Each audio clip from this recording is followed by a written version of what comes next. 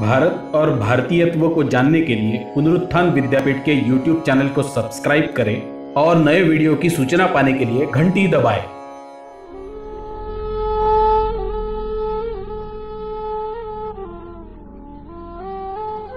हरि ओम। श्री परमात्मने नमः। श्री सरस्वत्यै नमः। श्री गुरुभ्यो नमः। हरि ओम। हम पुनरुत्थान विद्यापीठ के बारे में बात कर रहे हैं। पुनरुत्थान विद्यापीठ की शिक्षा योजना में कुटुंब शिक्षा एक महत्वपूर्ण विषय है। कुटुंब शिक्षा के अनेक आयामों की हम चर्चा कर रहे हैं। उसमें गृहस्थाश्रम ये अभी हमारी चर्चा का विषय है। हमारे शास्त्रों ने हमारे जीवन को 4 आश्रमों में वर्गीकृत किया है। ये 4 आश्रम हैं: ब्रह्मचर्याश्रम, गृहस्थाश्रम, वानप्रस्थाश्रम और संन्यास्ताश्रम। इन चारों आश्रमों में गृहस्थाश्रम का स्थान अत्यंत महत्वपूर्ण और विशेष है। शेष तीनों आश्रम अर्थात ब्रह्मचर्याश्रम, वानप्रस्थाश्रम और संन्यास्ताश्रम का पोषण गृहस्थाश्रम करता है। इसलिए गृहस्थाश्रम को श्रेष्ठ आश्रम बताया गया है।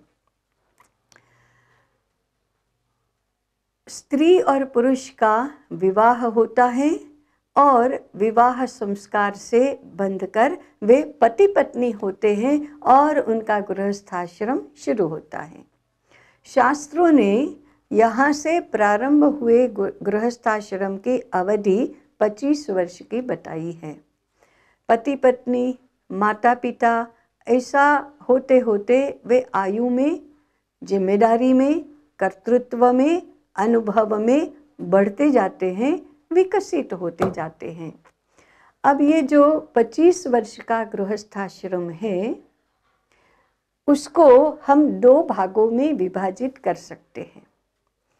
35, 37 या बहुत हो गया तो 40 वर्ष तक की युवावस्था और उसके आगे प्रौढ़ावस्था। अब जीवन की ये 2 जो अवस्थाएं हैं उसमें क्या अंतर है? युवावस्था में हमारी शक्ति सर्वाधिक होती है। युवावस्था में जीवन का आनंद भरपूर मात्रा में लेना है। युवावस्था में हमारी इंद्रियां सक्षम होती हैं। युवावस्था में हमारा कर्तृत्व भी बहुत होता है। युवावस्था में हम चाहे जो समस्याएं सामने आए, चाहे जो आह्वान सामने आए, उनको स्वीकार करने की क्षमता रखते हैं। हमारी सारी शक्तियों को कसा जाने का यह आयु है। इसलिए ये युवावस्था है। ये पराक्रम, पौरुष, पुरुषार्थ ऐसा सब दिखाने की, सिद्ध करने की अवस्था है। इसी आयु में हम बच्चों के माता पिता बनते हैं। इसी आयु में हम जिम्मेदार गृहस्थ और गृहिणी बनते हैं। इसी आयु में हम प्रतिष्ठा को प्राप्त करते हैं। जितने भी हमारे गुण हैं उनका चरम विकास इसी आयु में होता है। जैसे जैसे हम आयु में बढ़ते जाते हैं और युवावस्था से प्रौढ़ावस्था में पदार्पण करते हैं तो हमारा गृहस्थाश्रम तो रहता है, परंतु हमारी शक्तियों का धीरे धीरे क्षरण होता जाता है। हमारी इंद्रियां धीरे धीरे शक्ति कम करने लगती है। इसका हमारे जीवनचर्या से क्या संबंध है? 2-3 दृष्टि से हमें परिवर्तन करना चाहिए। अब हमें ज़्यादा मैच्योर दिखना चाहिए। माने अभी 25, 27, 30 वर्ष की आयु में हमारी वेशभूषा, हमारा श्रृंगार जिस रूप का होगा उसी रूप का श्रृंगार 40-45 वर्षों में तो नहीं होना चाहिए। हम अभी 40-45 वर्ष के हैं ऐसा देखने वाले को भी लगना चाहिए और हमें भी अनुभव होना चाहिए। सुखोपभोग भी हमारा स्थिर होना चाहिए।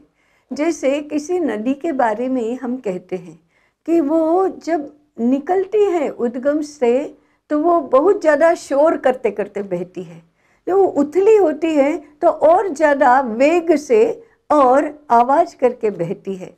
जैसे उसका पट चौड़ा होता जाता है, जैसे उसकी गहराई बढ़ती जाती है, जैसे उसका पानी बढ़ता जाता है, वैसे वैसे वह धीर गंभीर शांत होने लगती है। पानी तो अधिक है, गहराई अधिक है, लेकिन धैर्य और स्थैर्य बढ़ता जाता है। वैसा ही हमारा भी है।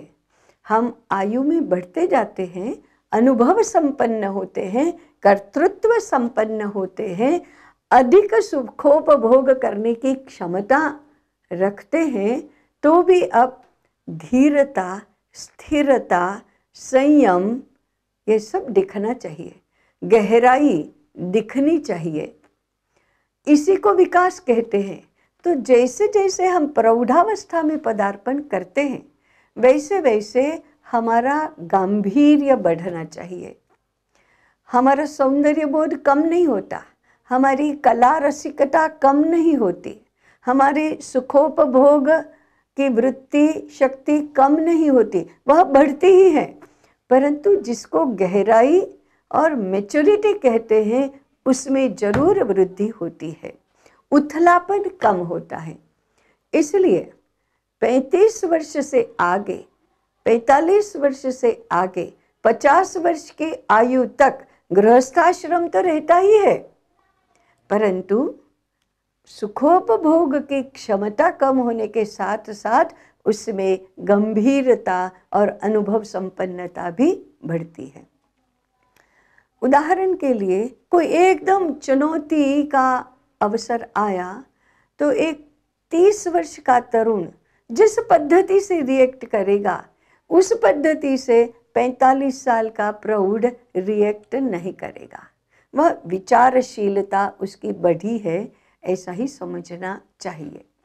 तो इस दृष्टि से खान पान, वेशभूषा, श्रृंगार और प्रसाधन, सुखोपभोग की पद्धति आदि सभी में गंभीरता, विचारशीलता आना अत्यंत आवश्यक है।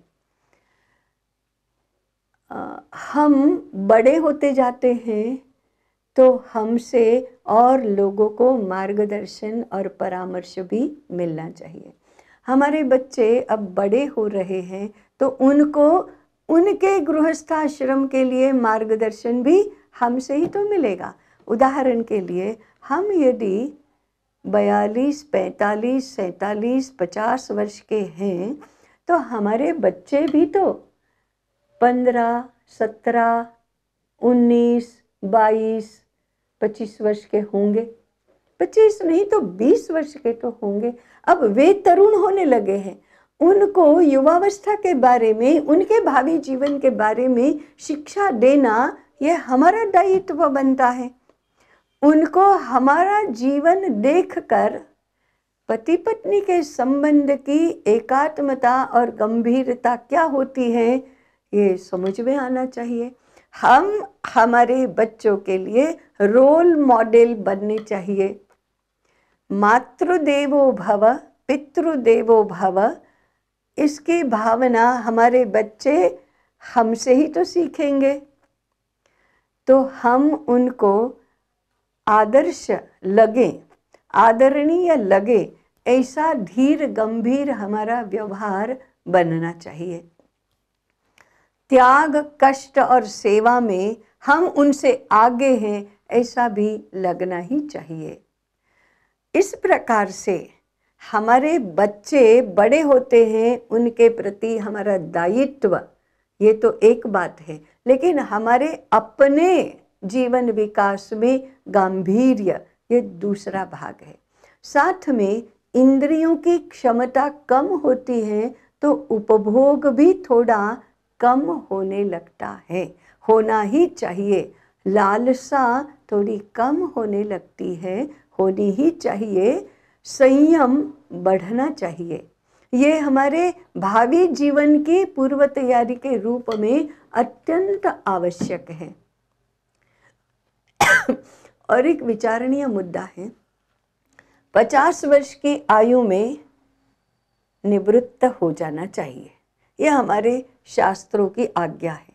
परंतु आजकल के ज़माने में हमारे बच्चे अभी इतने बड़े तो हो गए नहीं, उनके शादी विवाह वगैरह कुछ हुआ नहीं, वे उनके अर्थार्जन के क्षेत्र में स्थिर हो नहीं गए, तो ऐसे तो हम अपना दायित्व छोड़ नहीं सकते।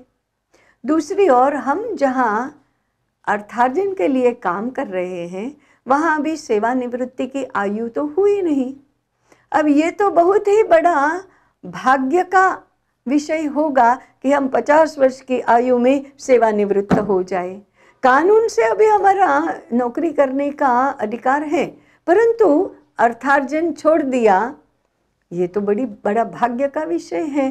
परंतु ऐसा भाग्य सबको मिलता नहीं है। हमारे बच्चे अर्थार्जन के क्षेत्र में स्थिर हो नहीं जाते, उनका विवाह होता नहीं है, उनके घर में बच्चों का जन्म होता नहीं है। इसलिए हो सकता है कि हमारा गृहस्थाश्रम 55 वर्ष की आयु तक भी बढ़े, 60 वर्ष की आयु तक भी बढ़े, हो सकता है। तो ठीक है, 50 वर्ष की निश्चिति न रखकर हम 55 या 60 वर्ष तक गृहस्थाश्रम में ही रहे, तो फिर 60 वर्ष की आयु में हमारी प्रौढ़ावस्था भी पूर्ण होती है। प्रौढ़ावस्था में जिस प्रकार का आहार विहार रहेगा, जिस प्रकार का जीवन व्यवहार रहेगा, जिस प्रकार से व्यायाम और संयम रहेगा, उसके आधार पर हमारी वृद्धावस्था निरामय और स्वस्थ रहेगी। आजकल वृद्धावस्था को बीमारियों का पर्याय माना जाता है। वृद्धावस्था है और बीमार नहीं हुए, ऐसा तो कभी होता ही नहीं।